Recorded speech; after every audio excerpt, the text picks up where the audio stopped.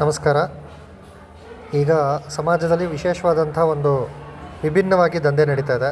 ಮೊದಲೆಲ್ಲ ನೀವು ನೋಡಿರ್ಬೋದು, ಫೋನ್ ಮಾಡಿಬಿಟ್ಟು ಒಂದು OTP ಹೇಳಿ ಬ್ಯಾಂಕಿಂದ ಕಾಲ್ ಮಾಡ್ತಾಯಿದ್ದೀವಿ ಅಂತ ಹೇಳೋರು.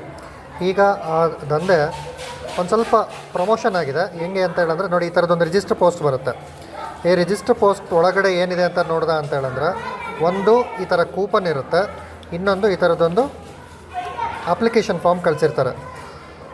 ಈ ಕೂಪನನ್ನು ಸ್ಕ್ರ್ಯಾಚ್ ಮಾಡಿದ ಕೂಡಲೇ ಇಲ್ಲಿ ನೋಡ್ಬೋದು ನೀವು, 12,80,000 ರೂಪಾಯಿ ದುಡ್ಡು ಬಂದಿದೆ ಅಂತ ಇದೆ.